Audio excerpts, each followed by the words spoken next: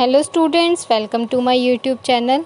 Last video में मैंने आपके लिए बहुत ही इम्पॉर्टेंट इन्फॉर्मेशन डिस्कस की थी। उसका लिंक मैं आपको डिस्क्रिप्शन बॉक्स में दे दूँगी, आप देख लीजिएगा। आज का वीडियो आपके लिए बहुत ही ज़्यादा इम्पॉर्टेंट है। आज हम बात करेंगे what is SSC. SSC basically होता क्या है।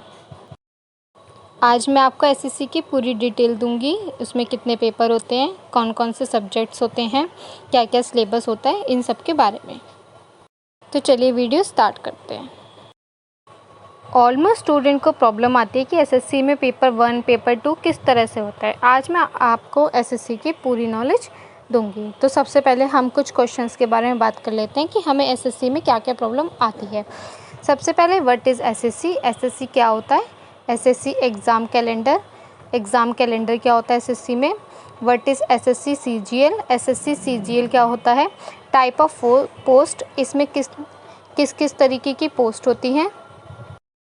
एज क्या रहेगी। क्वालिफ़िकेशन, इसमें कितनी क्वालिफ़िकेशन चाहिए होती है। इसका फ़ीस क्या रहेगा। सीम ऑफ एग्ज़ामिनेशन, ये किस तरीके से होगा। टायर 1, टायर 2, टायर 3, टायर 4 ये क्या होते हैं, इन सब के बारे में भी मैं आपको बताऊंगी। उसके बाद हम डिस्कस करेंगे सिलेबस के लिए कि सिलेबस क्या क्या होता है। नेगेटिव मार्किंग, इसके बारे में भी डिस्कस करेंगे।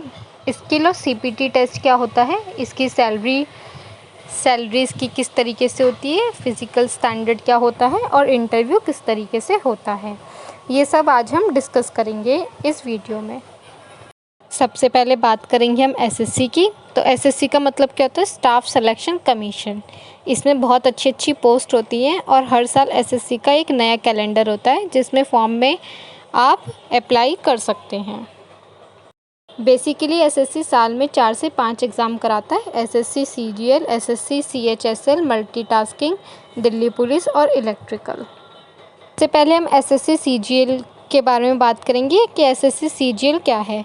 एसएससी सीजीएल में मिनिमम क्वालिफ़िकेशन आपकी ग्रेजुएशन चाहिए होती है। किसी भी स्ट्रीम से आपकी ग्रेजुएशन कंप्लीट होनी चाहिए। एज आप कैसे चेक कर सकते हैं, जैसा मैंने आपको पहले ही बताया कि एज आपकी कैलेंडर में पोस्ट के साथ बताते हैं, तो आप उसको अपनी एज देख सकते हैं कि आप अप्लाई कर सकते हैं या नहीं कर सकते हैं। एंड फॉर्म के अकॉर्डिंग आपको एज रिलैक्सेशन भी मिल जाएगा कैटेगरी वाइज। ये सारी चीज़ें आपको फॉर्म में ही मेंशन होगी। गर्ल्स के लिए कोई भी चार्ज नहीं होता है। सीम ऑफ एग्ज़ामिनेशन डिस्कस कर लेते हैं। इसमें टायर 1, टायर 2, टायर 3, टायर 4 होते हैं। बेसिकली बच्चों को इसमें सबसे ज़्यादा प्रॉब्लम होती है, तो आज मैं आपको इसको क्लैरिफाई कर दूंगी। टायर 1 में आपका कंप्यूटर बेस्ड एग्ज़ामिनेशन होता है, ये ऑनलाइन होता है। टायर 2 में भी आपका ऑनलाइन ही कंप्यूटर बेस्ड एग्ज़ामिनेशन होता है। टायर 3 में आपका डिस्क्रिप्टिव पेपर होता है और टायर 4 में आपका कंप्यूटर प्रोफिशिएंसी टेस्ट होता है, skill test.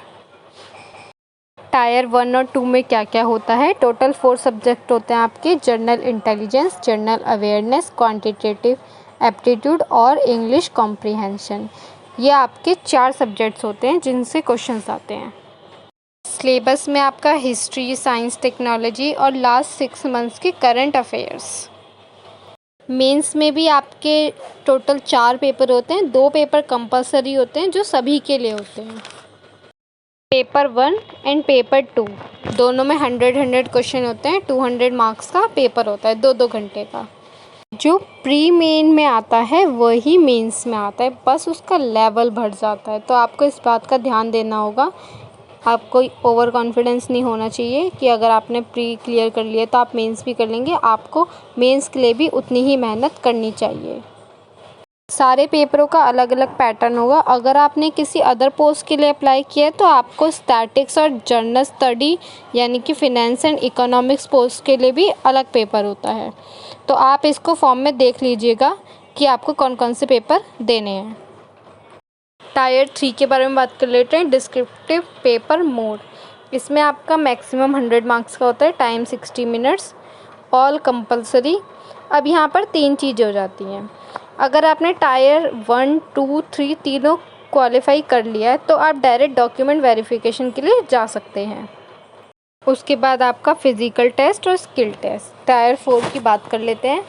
Computer proficiency test, अगर आपने टाइपिंग का फॉर्म फिल किया हुआ है उसमें तो आपको ये टेस्ट देना ही होगा।